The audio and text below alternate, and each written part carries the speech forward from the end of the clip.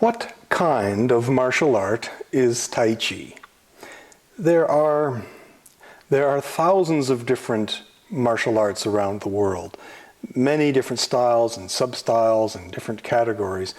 Each martial art is based in a culture, a philosophy, and a history, and each art is modified by each practitioner, each person, according to their own personal experiences, abilities, limitations, needs, and circumstances.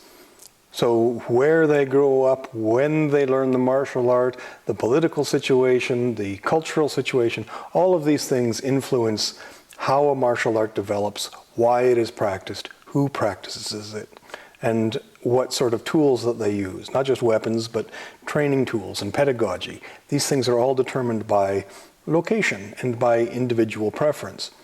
And yet there are so many similarities between the different martial arts of the world, which is to be expected since they all rely in some way on the capacity and the limitations of the human mind and body. What is fascinating to me is just how the various styles develop ways to capitalize on the advantages and disadvantages of being human.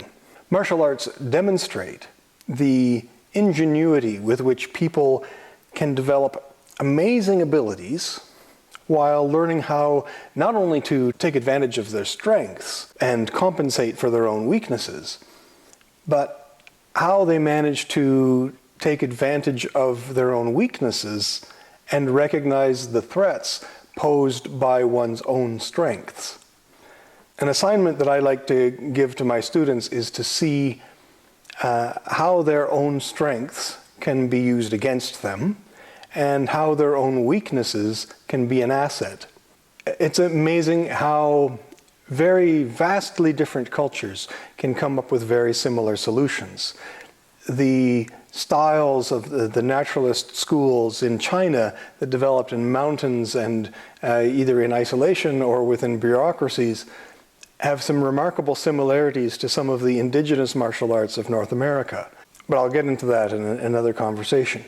But the differences in the ways that each style conditions and uses the body and mind can sometimes be quite obvious, often very subtle, and sometimes incredibly profound. Now, if you have studied martial arts, then you might know about the different categories that have been assigned officially and unofficially over the years. In China, there are Shaolin martial arts from the Shaolin Temple, Wudang from the Wudang Mountains, and Umei style from the Umei Mountains. Some martial arts get categorized as northern styles and southern styles, internal styles and external styles, soft circular styles and hard linear styles, long-range kicking styles, long-range hand styles, short-range styles, animal styles, imitation styles, and weapon styles, including long weapons, short weapons, flexible weapons, and projectile weapons.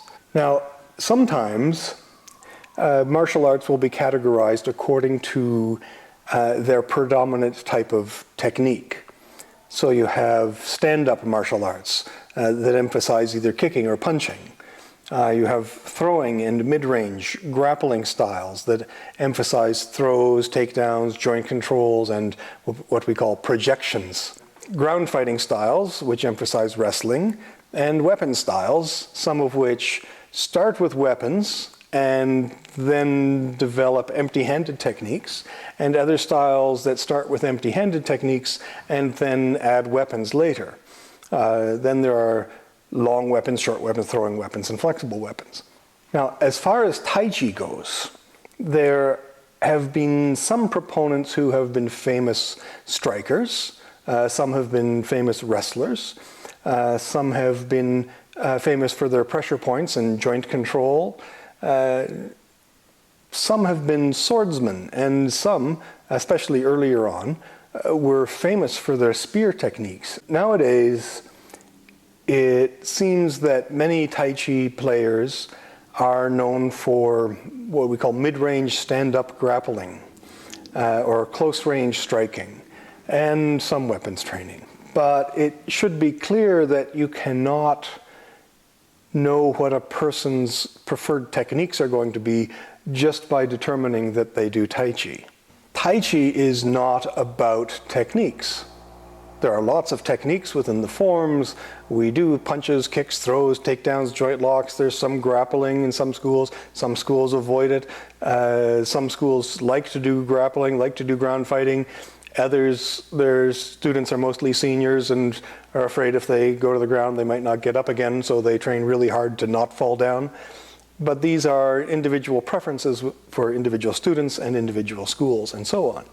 And sometimes you have to admit that with ground fighting, one of your main weapons is being young and fit.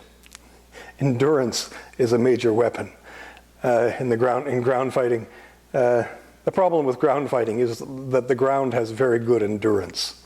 I myself like to train a lot in mid-range skills. So mid-range striking, kicking, grappling, and so on. Because, well, for one reason, I find most people are uncomfortable in that range. So it really is, it feels like a really dangerous place for people to be. So I like training there because if I can get comfortable, then I have an advantage where most people don't feel they have an advantage. But it is also a great way to get good at transitioning from close range to long range and back again. But mid-range skills and the training that is necessary for mid-range skills is also an effective way for safely developing really subtle and profound skills that can be applied in any range. The skills that you develop in mid-range can be applied in long range and even with long weapons ideas. Even projectile weapons can apply the skills that you learn when you're doing mid-range sparring. Now, students who come to train with me often come with superior knowledge and ability in other martial arts. Some come with superior knowledge and ability in my martial arts. They are boxers, grapplers, strikers, and come from martial arts from all over the world. It is always a very rewarding and educational exchange, and we learn a lot about how universally the Tai Chi principles can be applied. Not only in techniques, but also in tactics and strategy. It's really interesting when I get to work with ground fighters and they start to apply Tai Chi principles in the ground fighting. And there was a time when I didn't think that was really possible, except for a few limited exceptions. But some of the really good grapplers really take to the Tai Chi principles and are really good at making them work in what they do. That could be a testament to the universal application of Tai Chi, or it could be a testament to their skill in ground fighting. But either way, it's an interesting study, and there is a lot of crossover, if not skills, then certainly language and vocabulary. Now, Tai Chi is often called an internal style. When we talk about internal styles, there are three words that come up. One is Neijia. Neijia means internal family, internal style, internal school. It's probably best translated as internal school of thought. So it's a way of thinking about the internal. So that's the way that I think of it when we talk about Neijia. Some people will say internal family, meaning it belongs to a particular lineage. I don't see it that way, but that's because I choose not to. So Neijia refers to internal styles. Neijing is internal power, and that's Neijin or Neijing. Whether you put a G on the end of it or not, it only slightly changes the meaning a little. But it means internal power, or the strength of the internal. And then there is a word called Neigong, which is internal practice. Neigong is an ancient practice, but it's also become a sort of a brand name for internal martial arts exercises that are designed to strengthen the internal organs. But Neigong, the internal organs we're talking about here, is not just the organs in the modern Western sense of the individual organs. It refers to, it's a more inclusive word that refers to the different processes in the body. So when you talk about the internal organs, you're basically talking about everything in the body. Neijia is our internal style or internal way of thinking. So neijing is internal power, and neigong is the practice of developing internal energy. Internal has been used in various ways over the years. So in one respect, it means that it is a method-based rather than technique-based. So when you talk about an internal martial art, it's not about what you do so much as how you do it. It's sort of like when you learn mathematics and you are told that the important thing is to understand what you are doing rather than to get the right answer. And that is true in my school. When you are practicing Tai Chi, and when you are doing any kind of two-person training, the important thing is to be aware of what is happening. When you're training, I don't care if you win, I care if you know how you lost. That's far more important. I'd rather that my students lose and know how it happened than win and not have a clue. In a real fight, the opposite is true. In a real fight, I'd rather they win and have no idea what happened. But of course, the hope is that for victory to follow understanding. Right? You want to understand what you're doing so that you will be victorious. If you understand how the mathematics works, you're more likely to get the right answer. So, and more likely to be able to figure out new ways of getting the right answer. So if you understand Tai Chi principles, if you understand it properly, you're not just learning by rote, you're not just learning techniques that you can try to apply, you're understanding how they work, and then you can come up with your own solutions on the fly when you need to.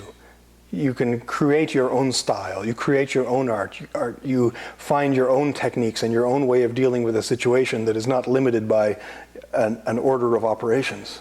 You can create and invent your own math. Now you might be surprised to know that another meaning of the word internal can refer to secret or esoteric.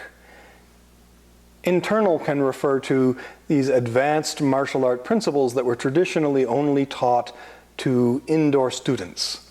A person who became an indoor student by mastering certain fundamentals and developing their art and their experience to the point where they could understand the advanced concepts.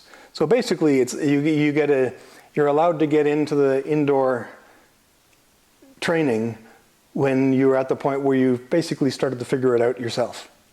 And this happens a lot in martial arts. It happens a lot in other arts too. It happens in music. You don't really get to hang out with the big guys until you can actually do it. You know, there's this point where you get to a point where you all have the same vocabulary. The knowledge was not taught to outsiders outside of the elite group because it was assumed that the beginners just wouldn't be able to understand it. And to try to teach normal people, normal students, the advanced stuff, it would just cause a lot of confusion. And this is the same reason why you don't teach differential calculus to students who have not mastered algebra. Indoor students also tend to develop a vocabulary that would be confusing to beginners and would really only cause trouble if you published it and made it available for the general public. Most people would read it and go, that makes absolutely no sense at all. Why can't they just, do stuff the normal way? That makes no sense. Because common sense sometimes is wrong. But imagine you're learning about physics and you think that you understand the basic concept of, postmodern string theory. But then someone starts talking about a Lagrangian field mapping the world sheet of the strings into the ambient space-time and the pullback metric from the ambient space-time to the world sheet of the string and blah, blah, blah. And then you get lost if you haven't learned the vocabulary. If you haven't gone through the process with somebody already, you don't know what they're saying. You might know what the individual words mean, but those words get put together in a way that makes no sense to normal people. Tai Chi teachers are like that. You might know what the individual words mean, but they make no sense in the context of martial arts unless you are familiar with that particular teacher and their colloquialisms and their way of expressing these ideas that are not, they don't have a universal expression yet. I didn't think my teacher had an accent until I was away for a few years, and then I heard him do an interview on TV. And I thought, okay, I understand what people mean by an accent now. I hear it now, yeah. But when I was there, over the course of 14 years, I figured his English is as good as anybody's. His grammar and vocabulary are better than a lot of native speakers. Accent, what accent? Let's say you are snowboarding. You could go to the chalet and say that you had experienced extreme trepidation before this extraordinary exhilaration of landing this really high jump. Or you could say, I was mass sketched, but that was some burly fat air, dude. Both sentences say the same thing. But the latter comment is internal snowboarding. It's the language of insiders. It's how the insiders speak, at least maybe in Mount Baker in 1995. I don't know. If you understood the second comment but not the first, you might find yourself thinking, man, I got to learn some long hair lingo, daddy-o. Okay. So that is one meaning of internal martial arts. It's the stuff that is only understood by insiders. But a much more common way that people define internal martial arts is to say that they are those martial arts that use internal power. Internal power. Ooh, doesn't that sound special? In fact, this definition is fairly ubiquitous, but to me it's not a mistake, but it's a little incomplete, because depending on your definition of internal power, that could include just about every traditional martial art in the world. The difference between internal power and external power is difficult to delineate. Different teachers describe it differently. And to many, internal and external exist on a spectrum. To others, external power is subsumed within internal power. This means that internal power contains external power, but external power does not contain internal power. Not necessarily. Well, no, not at all. How much internal power or external power you use often depends less on the style and more on the individual teacher, or the practitioner even.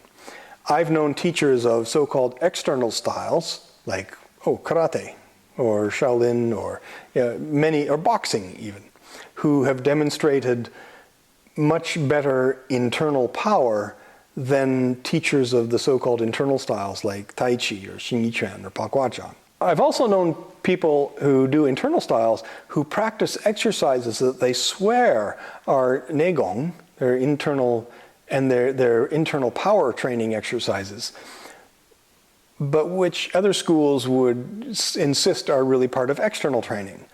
Or they practice internal power training exercises, but they do them externally.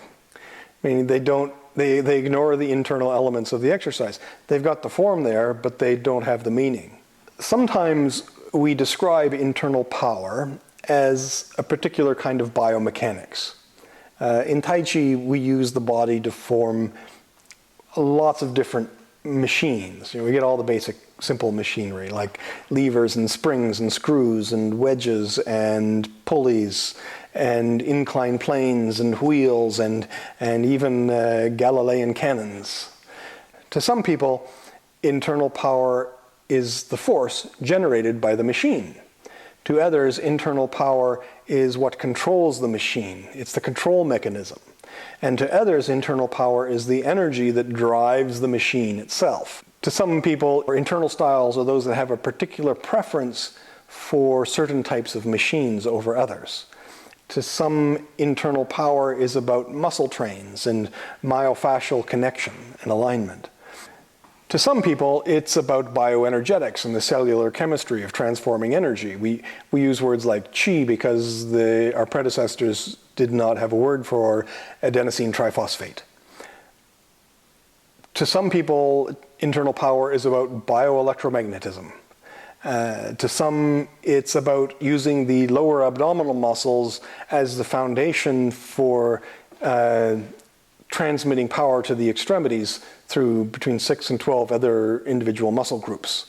So it's a way of connecting the actual physical structure or aligning and coordinating the muscles.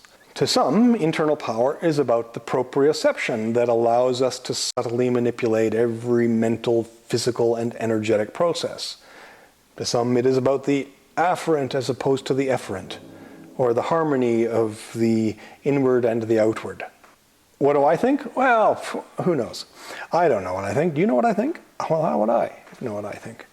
But you can think about internal power as what goes on inside.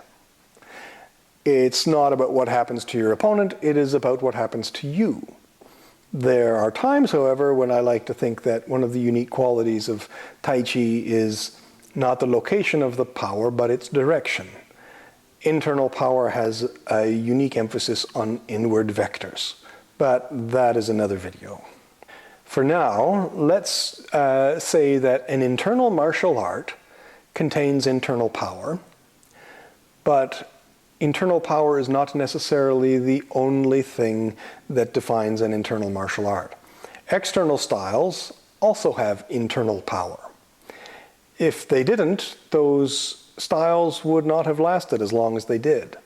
One of my teachers once warned us about this. He said, yes, internal power includes external power, and external power does not include internal power.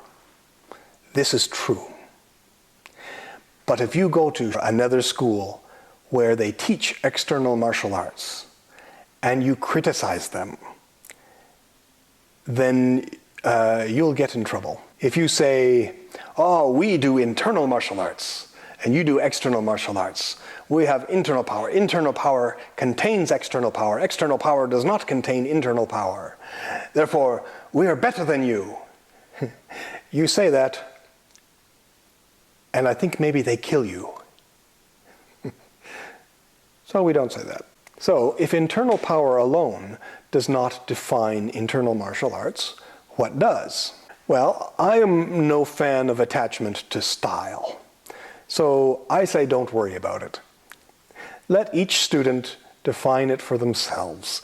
I figure that if a person achieves a high enough level of skill and artistry, then they will make the style their own, and it won't matter what they call it behind closed doors.